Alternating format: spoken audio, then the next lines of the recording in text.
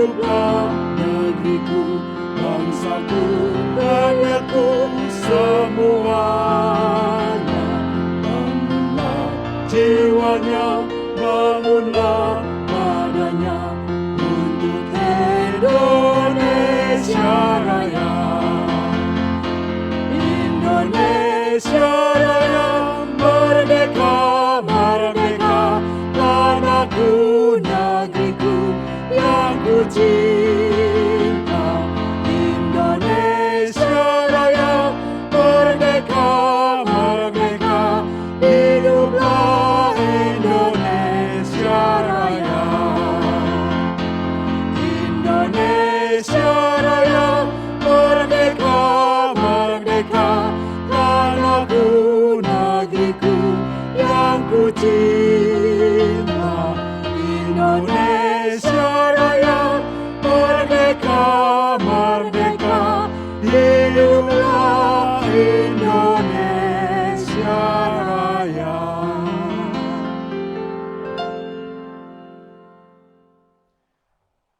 Jemaat yang dikasihi oleh Tuhan, ibadah kita pada saat ini berlangsung di atas keyakinan dan pengakuan bahwa pertolongan kita adalah di dalam nama Tuhan yang telah memerdekakan hidup kita dan yang di dalam kasih karunia-Nya menganugerahkan kemerdekaan bagi bangsa Indonesia.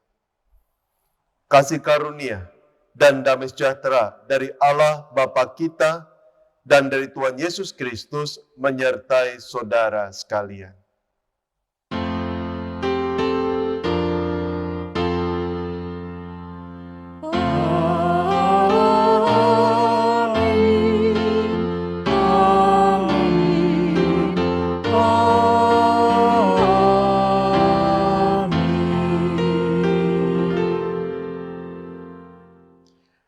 Jemaat yang dikasihi oleh Tuhan, beberapa hari ke depan kita akan merayakan ulang tahun kemerdekaan Republik Indonesia.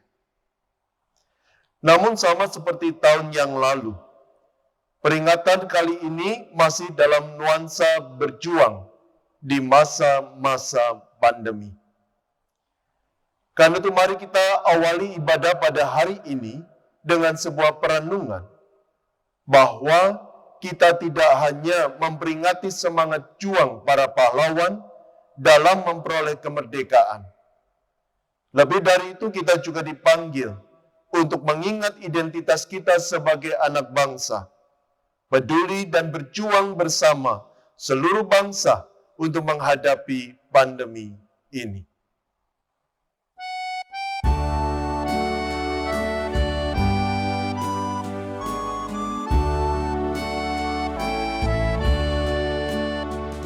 Indonesia negaraku, Tuhan yang memberikannya.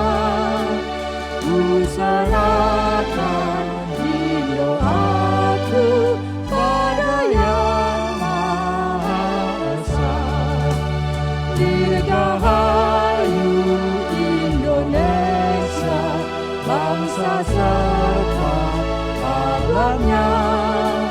Kini dan sepanjang masa, selalu Tuhan sertanya.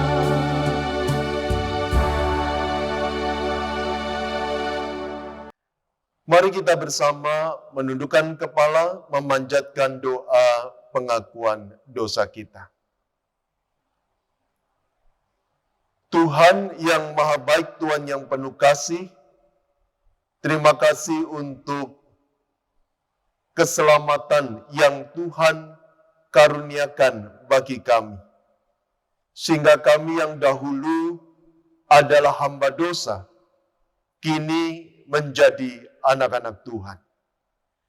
Terima kasih untuk kemerdekaan yang bukan hanya Tuhan berikan kepada kami secara personal, tetapi juga kemerdekaan yang Tuhan berikan kepada bangsa kami yang tercinta, Indonesia.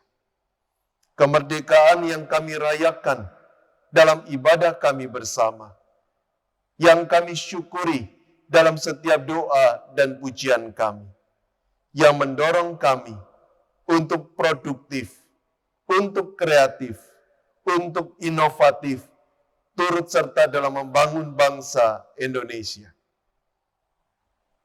Namun ketika kami mengingat kebaikan-Mu dalam kehidupan kami maupun juga bagi bangsa kami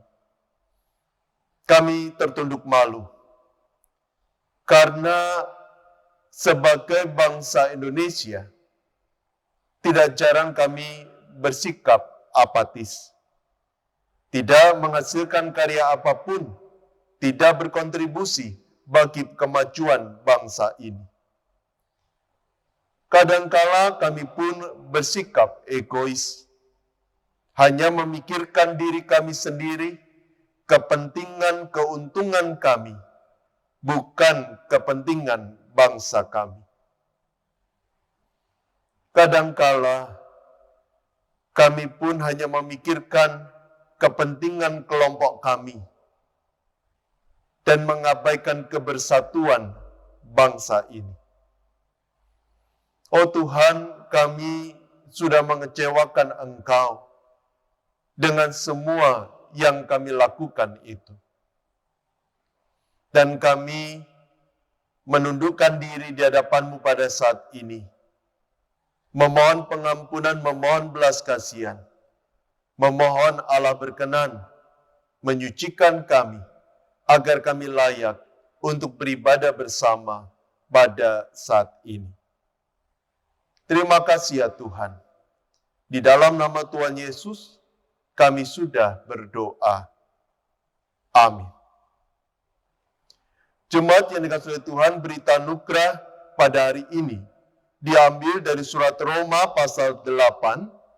Surat Roma pasal 8 ayat yang pertama dan kedua, dan pasal 12 ayat yang ke-12 demikian. Demikianlah sekarang tidak ada penghukuman bagi mereka yang ada di dalam Kristus Yesus. Sebab Roh yang memberi hidup telah memerdekakan kamu dalam Kristus dari hukum dosa dan hukum maut. Karena itu, bersukacitalah dalam pengharapan, sabarlah dalam kesesakan, dan bertekunlah dalam doa. Demikianlah berita anugerah dari Tuhan.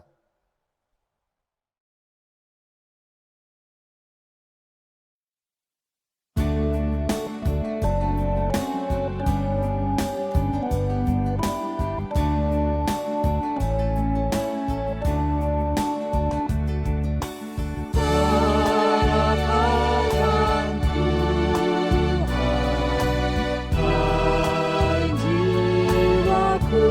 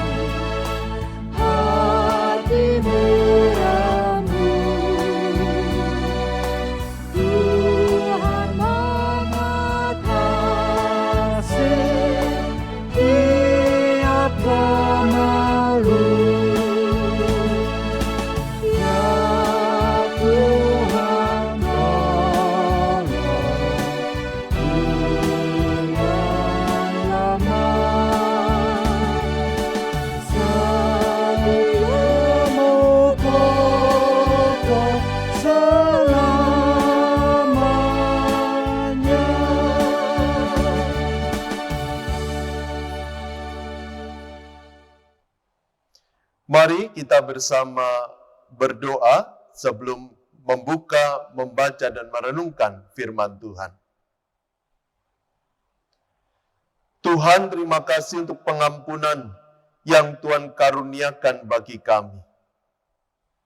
Terima kasih karena Engkau mengasihi kami, sehingga Engkau pun mengaruniakan firman untuk kami baca dan renungkan bersama, sebagai pedoman dalam kehidupan kami.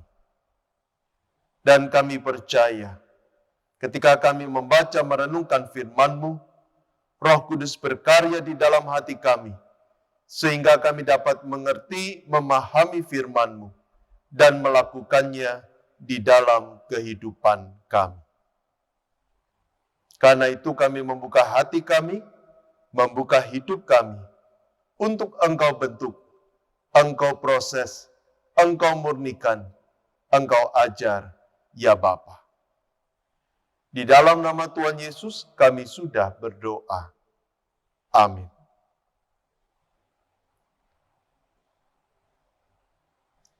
Jemaat yang dikasihi Tuhan, saya mengajak kita bersama membuka, membaca, merenungkan kitab Kisah Para Rasul, kitab Kisah Para Rasul pasal 7, ayat 9 sampai ayat 16. Kitab Kisah Para Rasul pasal 7, ayat 9 sampai ayat 16, tertulis demikian.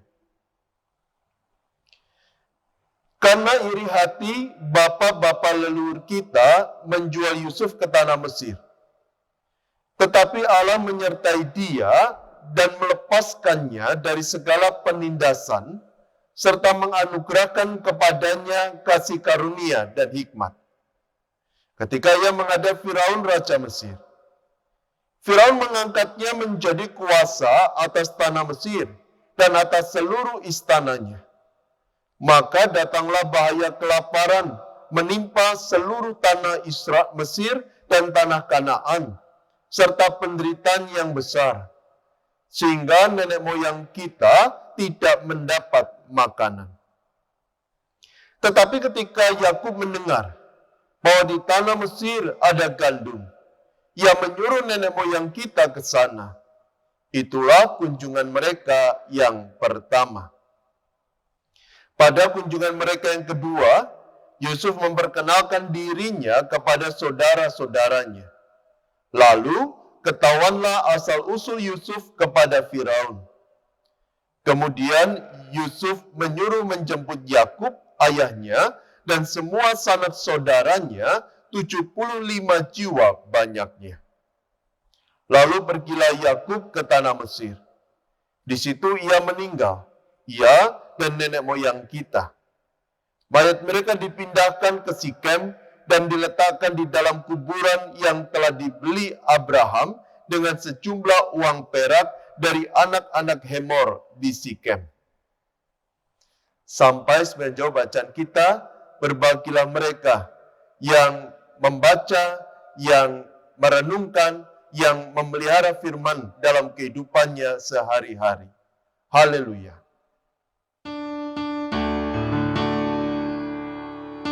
Haleluya, haleluya,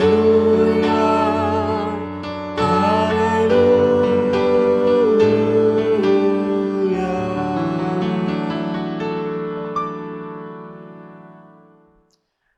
Jemaat yang dikasihi Tuhan, pada hari ini kita akan bersama merenungkan sebuah tema, yakni anak bangsa peduli kepada bangsanya. Anak bangsa yang peduli bangsanya. Bapak Ibu kasih Tuhan, seorang penulis bernama Rick Warren, dalam bukunya yang berjudul Purpose Driven Life, kehidupan yang diarahkan pada tujuan, Rick Warren mengatakan demikian. Anda ada bukan karena kebetulan. Allah merancang setiap bagian tubuh Anda. Dia dengan terencana memilih ras Anda, warna kulit Anda, rambut Anda, dan setiap karakteristik lainnya.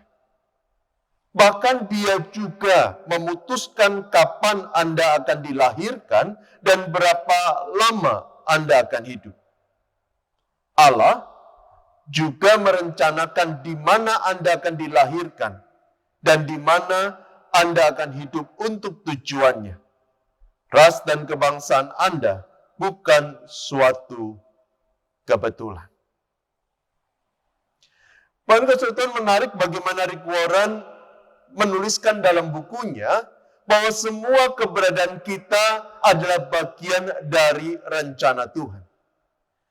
Artinya apapun yang ada pada diri kita pada saat ini, Allah ciptakan kita sesuai dengan rencananya. Nah, pernyataan dari Rick Warren ini didasarkan kepada apa yang tertulis dalam Mazmur 139, ayat yang ke-13, 15, dan 16 demikian. Engkau menciptakan setiap bagian badanku dan membentuk aku dalam rahim ibuku. Waktu tulang-tulangku dijadikan dengan cermat dirangkaikan dalam rahim ibuku, sedang aku tumbuh di sana secara rahasia, aku tidak tersembunyi bagimu. Engkau melihat aku waktu aku masih dalam kandungan. Semuanya tercatat dalam bukumu. Hari-harinya sudah ditentukan sebelum satu pun mulai. Saudara sekalian, pemazmur dalam Mazmur 139 menyatakan dengan tegas kepada kita bahwa setiap kita diciptakan Allah sesuai dengan rencananya dan diciptakan Allah untuk memenuhi rencana Allah. Nah, kalau Bapak Ibu bertanya, apa tujuan Allah menciptakan kita?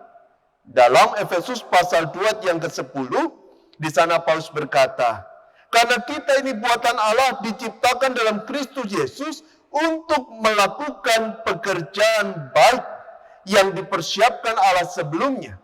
Ia mau supaya kita hidup di dalam.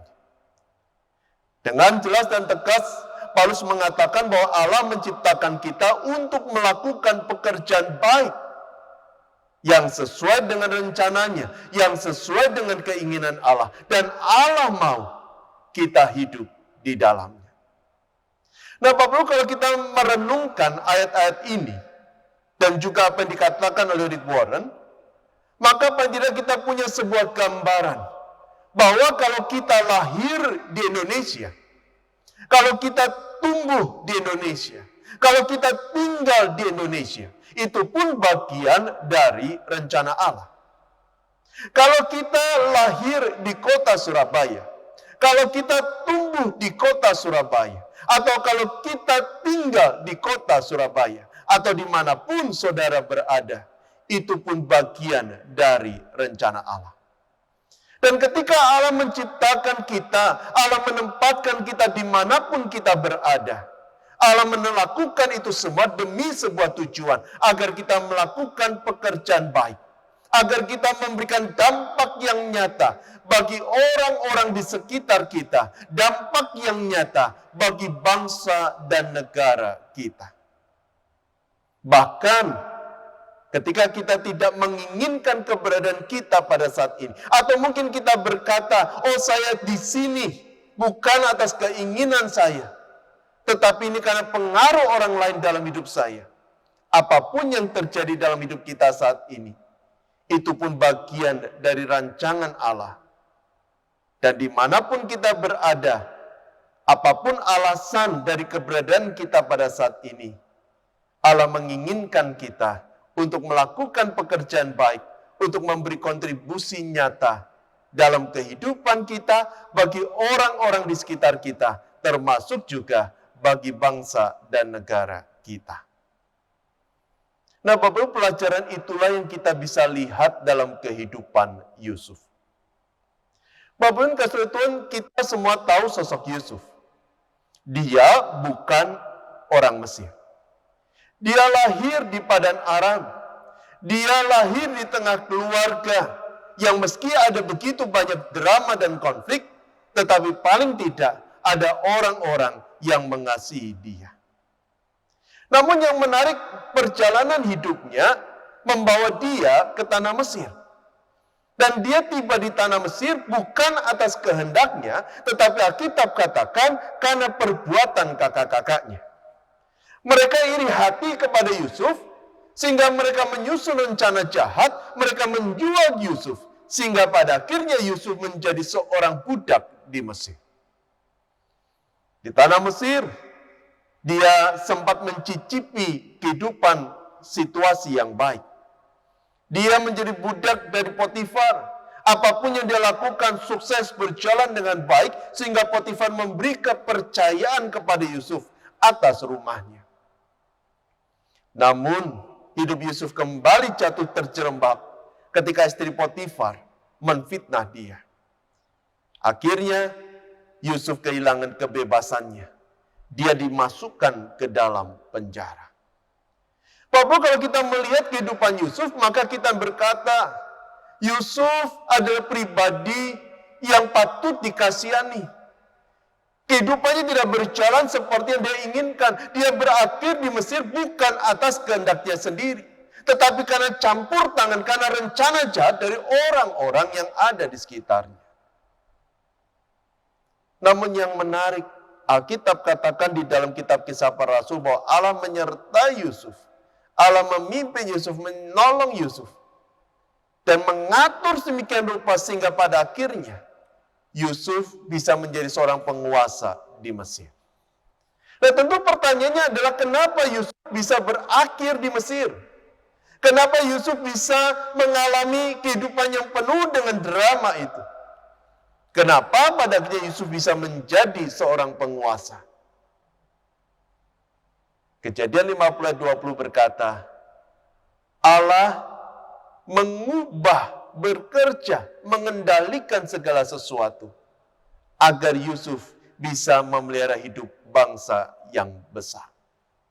Artinya, kehidupan Yusuf yang penuh dengan drama, keberadaan Yusuf di Mesir itu, semua berjalan sesuai dengan rancangan Allah. Allah ingin agar Yusuf memelihara bangsa yang besar, memelihara bangsa Mesir, memelihara bangsa lain, bahkan juga memelihara keluarganya.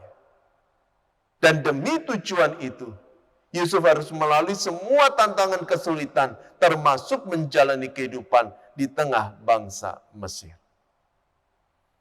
Nah, Bapak Ibu, kalau kita berada pada posisi Yusuf, besar kemungkinan kita akan menangisi keadaan kita. Kita akan menyesali situasi yang kita alami. Tapi yang menarik, meski Yusuf pasti melalui masa-masa seperti itu, tetapi Yusuf pada akhirnya memilih. Yang pertama, untuk mengubah perspektifnya. Ketika dia menyadari rancangan Allah dalam hidupnya, ketika dia menyadari bahwa Allah tidak biarkan dia berjalan sendiri, kalau Allah punya tujuan yang Allah ingin agar dia terpenuhi, maka di situ membuat Yusuf memandang kehidupan dengan cara yang berbeda. Memandang kesulitan dengan cara yang berbeda. Menjalani hari-hari juga dengan cara yang berbeda. Meski sulit dia menjalani hidup bersama dengan Tuhan dengan penuh ungkapan syukur. Meski sulit dia tidak patah semangat, dia tetap berpengharapan karena dia tahu Allah punya rencana yang besar dalam hidupnya. Meski dia menghadapi kesulitan, tetapi dia mengerjakan segalanya dengan segenap hatinya. Semua terjadi karena Yusuf mengubah perspektif. Dia tidak menyesali keadaannya, tetapi dia memilih untuk berjalan dalam rancangan Allah. Dia tidak menyalahkan siapapun, dan dia memutuskan untuk pasrah taat kepada pimpinan Tuhan dalam kehidupannya. Dan perspektif ini membuat Yusuf akhirnya melakukan yang terbaik dalam setiap hal yang dikerjakannya. Melakukan yang terbaik dalam setiap hal yang dipercayakan kepadanya. Dan ketika Yusuf pada akhirnya sukses meraih kesuksesan itu, dia pun tidak lupa daratan. Dia tahu apa tujuan Tuhan. Dia tetap mengerjakan apa yang Tuhan inginkan dalam hidupnya dan melakukan yang terbaik untuk kemuliaan nama Tuhan. Nah, poin kesetuan dari kehidupan Yusuf paling tidak kita bisa belajar Belajar yang pertama bahwa Allah punya rencana dalam hidup kita. Dia menciptakan kita sesuai dengan rencananya. Dia membentuk, memproses kita untuk rencananya. Dia memimpin kita sesuai dengan rencananya. Dan itu berarti bagaimanapun keadaan kita pada saat ini, itu semua bagian dari rancangan Allah. Apakah rancangan Allah sesuatu yang buruk? Tidak. Rancangan Allah adalah yang terbaik untuk kita. Karena dia bekerja dalam segala sesuatu untuk mendatangkan yang baik untuk kita. Rancangannya rancangan damai sejahtera. Dan Allah ingin agar kita hidup sesuai dengan rancangannya dan berjalan di dalam rancangannya. Karena itu menjadi pertanyaan bagi kita adalah apakah kita sudah memandang kehidupan kita sebagai rancangan Allah? Dan apakah kita bersedia untuk berjalan dalam rancangan Allah? Itu pun berlaku ketika kita bicara tentang keberadaan kita sebagai bagian dari bangsa Indonesia. Kalau kita belum menjadi bangsa Indonesia, karena Allah merancang kita demikian. Karena Allah punya tujuan yang besar dalam hidup kita. Karena Allah mau memakai kita menjadi saluran berkat bagi Indonesia. Kalau kita ada di Surabaya, itu pun bagian dari rancangan Allah. Karena Allah mau memakai kita menjadi berkat, berkontribusi dalam pembangunan kota Surabaya. Bahkan kalau kita berkata, saya bekerja di kantor saya, itu pun bagian dari rancangan Allah. Karena Allah ingin kita melakukan yang terbaik dalam pekerjaan kita. Di lingkungan masyarakat, kalau kita ada di lingkungan masyarakat tertentu, mungkin di Kelurahan Kutisari, di RT RW tertentu, itu pun bagian dari rancangan Allah.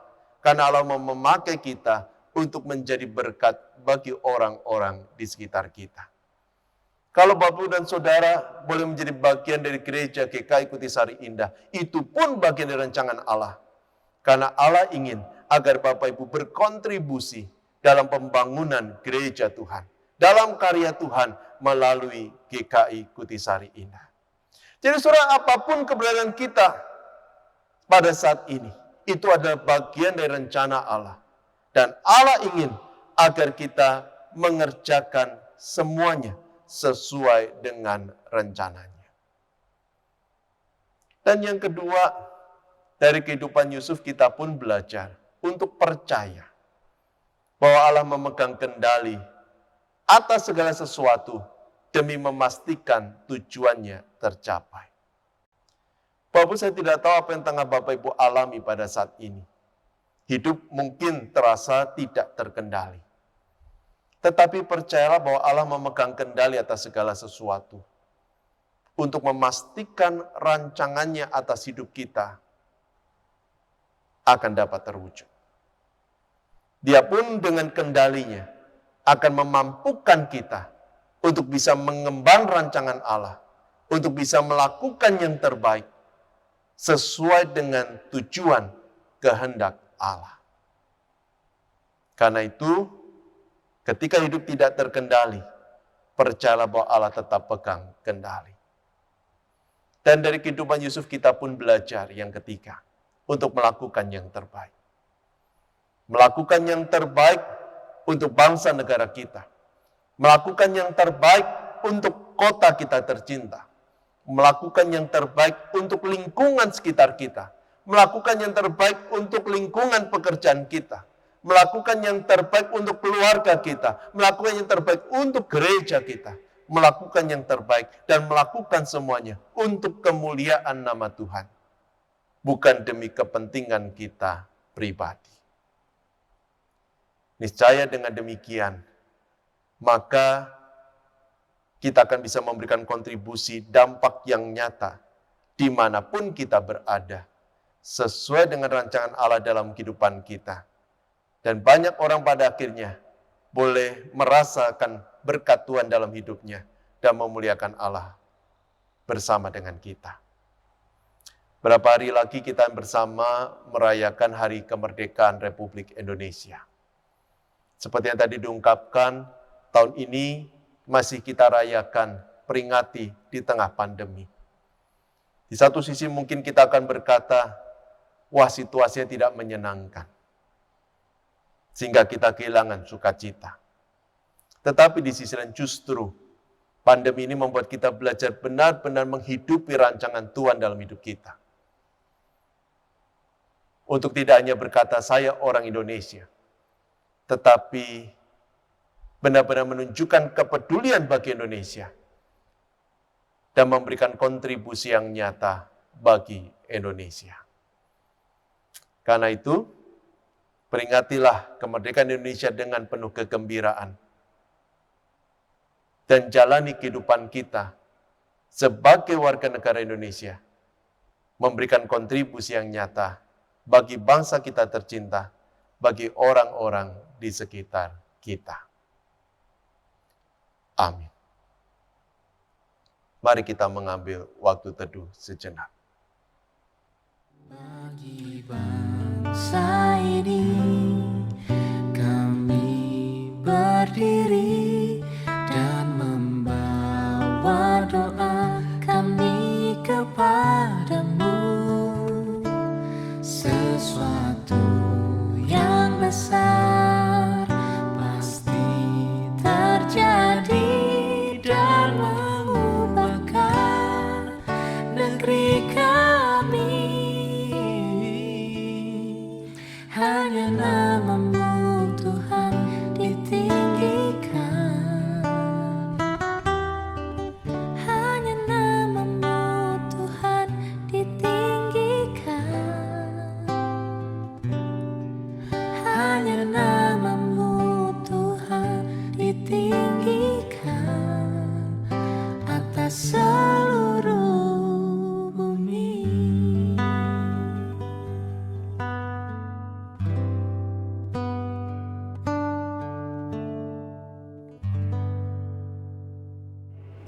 Marilah jemaat dengan bangkit berdiri kita mengungkapkan pengakuan iman rasuli kita. Bersama dengan umat Allah di masa lalu, masa kini, dan masa depan, mengingat akan baptisan kita menurut pengakuan iman rasuli. Aku percaya kepada Allah, Bapa yang Maha Kuasa, Khalik langit dan bumi, dan kepada Yesus Kristus, anaknya yang tunggal Tuhan kita, yang dikandung daripada Roh Kudus, lahir dari anak darah Maria, yang menderita sengsara di bawah pemerintahan Pontius Pilatus, disalibkan, mati dan dikuburkan, turun dalam kerajaan maut. Pada hari yang ketiga, bangkit pula dari antara orang mati, naik ke surga, duduk di sebelah kanan Allah, Bapa yang Maha Kuasa, dan dari sana Ia akan datang untuk menghakimi orang yang hidup dan yang mati. Aku percaya kepada Roh Kudus, gereja yang kudus dan am, persekutuan orang kudus, pengampunan dosa, kebangkitan orang mati, dan hidup yang kekal. Amin. Mari kita akan bersama memanjatkan doa syafaat kita. Tuhan yang Maha Baik, Tuhan yang penuh kasih, terima kasih untuk firman yang boleh kami renungkan bersama pada saat ini. Yang mengingatkan kami bahwa bagaimanapun keadaan kami pada saat ini, semua terjadi berjalan sesuai dengan rancangan-Mu ya Bapa. Bahkan ketika ada orang yang berniat jahat dalam kehidupan kami, Allah sudah memperhitungkan segalanya. Dan Allah akan memakai semuanya untuk membentuk, memproses kami.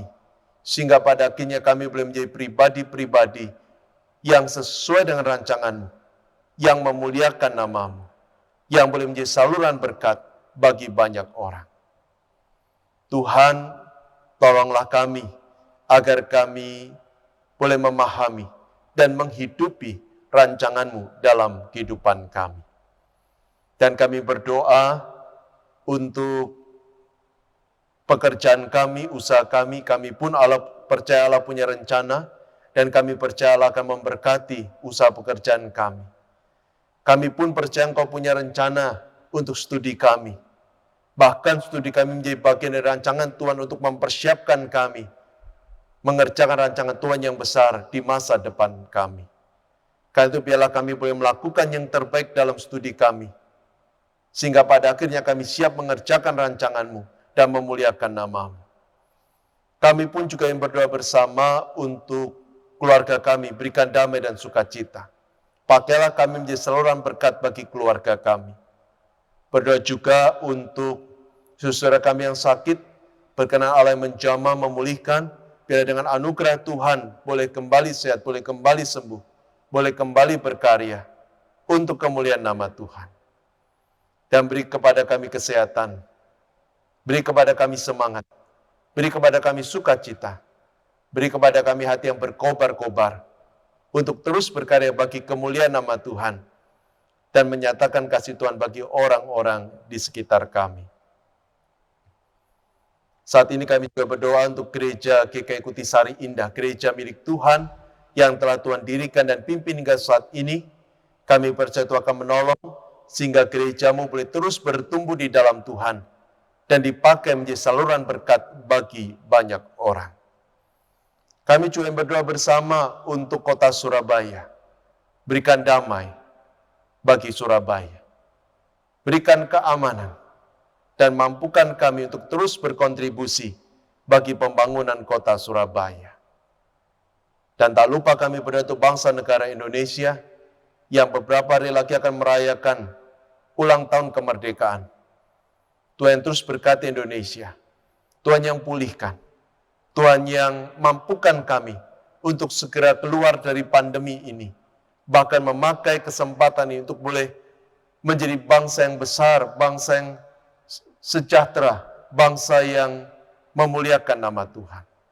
Tuhan yang tolong Indonesia. Berikan hikmat bijaksana kepada pemerintah untuk mengambil kebijakan-kebijakan yang terbaik bagi kemajuan perkembangan negara kami. Terima kasih ya Tuhan. Kami percaya telah mendengar setiap doa dan permohonan kami, dan kami menyerahkan semuanya hanya di dalam nama Tuhan Yesus yang mengajar kami berdoa demikian. Bapa kami yang ada di surga, dikuduskanlah namamu, datanglah kerajaanmu, jadilah kehendakmu di bumi seperti di surga. Berikanlah kami pada hari ini makanan kami yang secukupnya, dan ampunilah kami akan kesalahan kami, seperti kami juga mengampuni orang yang bersalah kepada kami. Dan janganlah membawa kami ke dalam pencobaan, tetapi lepaskanlah kami daripada yang jahat, karena Engkaulah yang punya kerajaan, dan kuasa, dan kemuliaan, sampai selama-lamanya. Amin. Hari ini kita tetap bersyukur dengan menyerahkan persembahan kepada Tuhan. Persembahan dapat dilakukan melalui rekening gereja atau men-scan QRIS seperti yang tertera pada layar. Jemaat dapat juga memasukkan ke kotak persembahan di depan gedung gereja atau menyimpannya terlebih dahulu dan memberikannya pada saat ibadah minggu diadakan kembali di gedung gereja. Nas persembahan terambil dari Mazmur 50 ayatnya yang ke-23 yang berbunyi demikian. Siapa yang mempersembahkan syukur sebagai korban, ia memuliakan aku. Siapa yang jujur jalannya, keselamatan yang dari Allah akan kuperlihatkan kepadanya. Marilah jemaat kita bawa persembahan kita dalam doa. Tuhan Allah Bapa yang dalam surga, puji syukur dan terima kasih pada kesempatan hari Minggu ini Engkau sudah boleh mengumpulkan kami untuk berbakti dan beribadah bersama dengan jemaat-Mu di GKI Kutisari. Tuhan, hari ini kami datang membawa persembahan kami. Terimalah persembahan kami sebagai ucapan syukur yang kiranya Tuhan boleh pakai untuk kelebaran kerajaan-Mu di dunia ini, secara khusus untuk GKI Kutisari.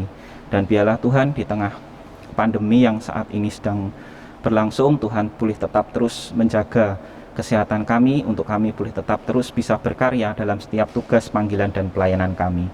Inilah kami Tuhan, kami naikkan doa dan permohonan kami dan persembahan ucapan syukur kami. Hanya di dalam nama-Mu kami sudah berdoa dan mengucap syukur. Amin.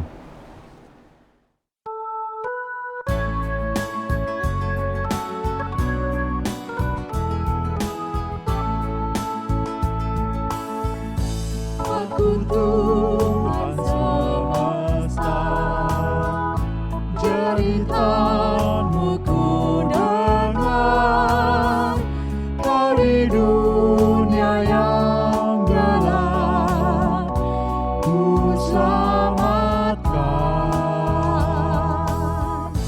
Akulah pencipta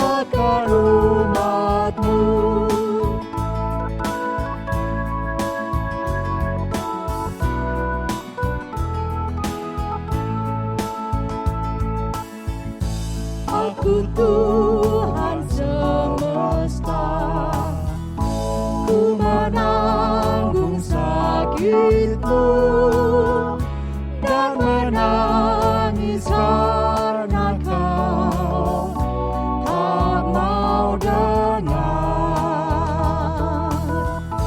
Kan ku robah hatimu yang keras jadi lembut. Siapa bawa firman-Ku, utusanku. Ini aku, utus aku. Ku dengar Engkau memanggilku. Utus aku, tuntun aku, ku prihatin akan umat-Mu.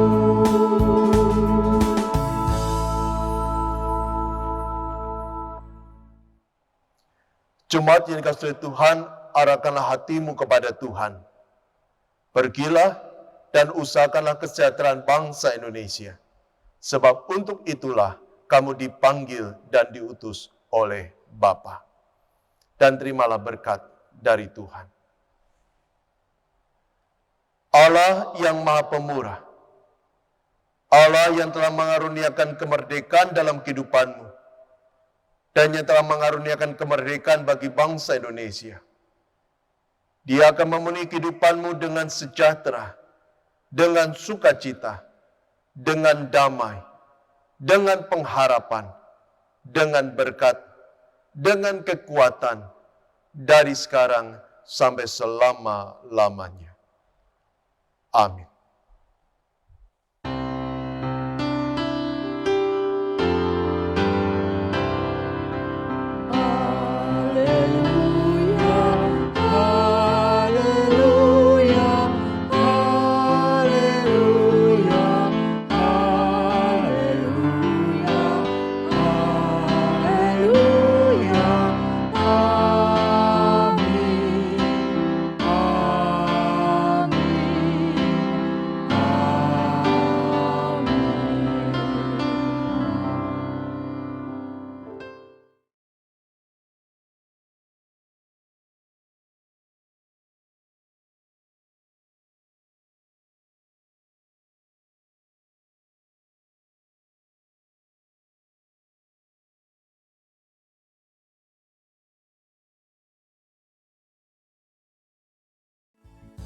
Aku Tuhan semesta, ku menanggung sakitmu dan menangis karena kau tak mau dengar.